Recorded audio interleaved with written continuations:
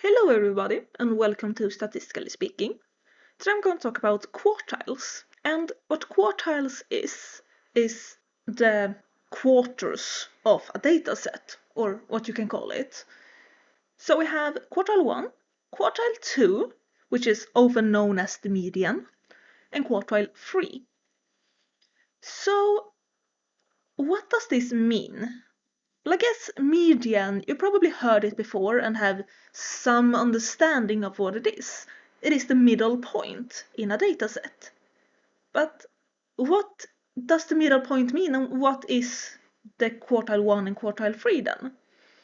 Well, quartile 1 is the observation that has 25% of the dataset below. Quartile 2, the median, like I said, is the middle point. It's when we have the middle, the 50% below. And quartile 3 is when we have 75% below. So, to make this more understandable, I'm going to look at an example where we will figure out what is the different quartiles in that dataset. So, here we have a sample of different numbers, 19, 11, 17 and so on.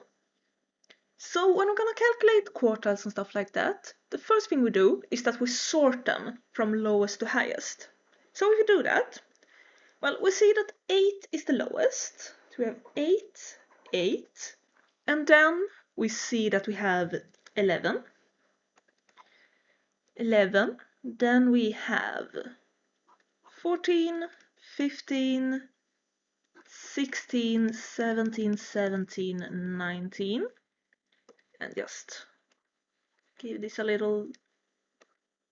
So from here, we're just gonna find which observation has 25% of everything below it, which have 50% below it, and which have 75% below it. And when you have few numbers, then you might be able to look at it and say, okay, this observation is the middle one, this is the middle of the middle, and so on. But when you have more observations, that's gonna be hard when you have to just look and see. So what we do is that we take some formulas that tells us which observation we're gonna look at. So the formulas doesn't give us the quartile, but it gives us which observation is the quartile. So we have Q1, Q2, and Q3. So what are the formulas for this? So the formula for Q1 is n plus 1 divided by 4. And for Q2, well, 25% plus 25%, that is 50%. So we can time this by 2, n plus 1 divided by 4. And we can see that we can simplify this. So we get n plus 1 divided by 2. And you've probably seen this formula in some scenario before. And that is our median. So Q3, well, it's the same concept. We just times it by 3 this time. So we have 3n plus 1 divided by 4. And that gives us which observation we're gonna look at. So, if you're gonna do this in this scenario, well, then we'll see. Okay, how many observations do we have? What is our n? We have 1, 2, 3, 4, 5, 6, 7, 8, 9. Okay, so our n is equal to 9.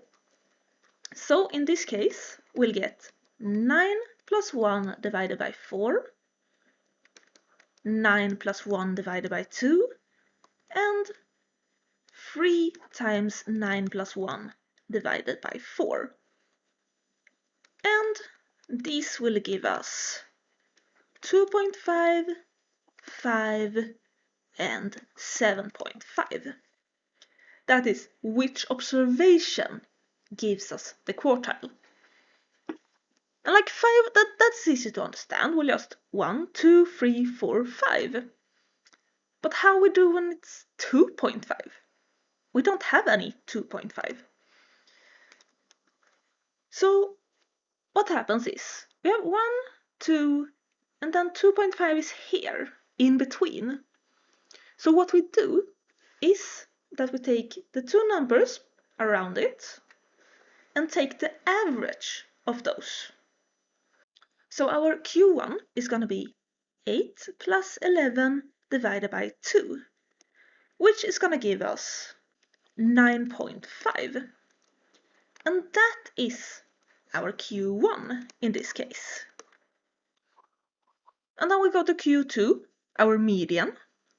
Well, it's observation 5, so we have 1, 2, 3, 4, 5. So our Q2 is equal to 15. And then we'll also take our Q3. And once again, we see that we have an in-between number. So we'll just see. Here we have 5, 6, 7, and 7.5 is here. We'll take the two numbers between and take the average of those. In this case, those two numbers were the same. 17 and 17, the average of those is going to be 17. So our Q3 is equal to 17. So there we have the different quartiles and how we calculate those. But there's one more thing I want to talk about, and that is our interquartile range. And what this means is, what is the middle 50% of our data? And it's a pretty easy thing to calculate. What we do is that we take Q3 minus Q1. Because if Q3 was 75% under and Q1 was 25% under, we take away the lowest 25% and then we just have 50% there in between.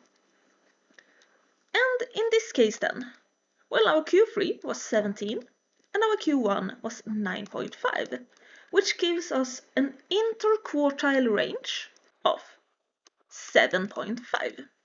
That is the middle 50% of our data has that range. And that was an explanation about quartiles and how to calculate them.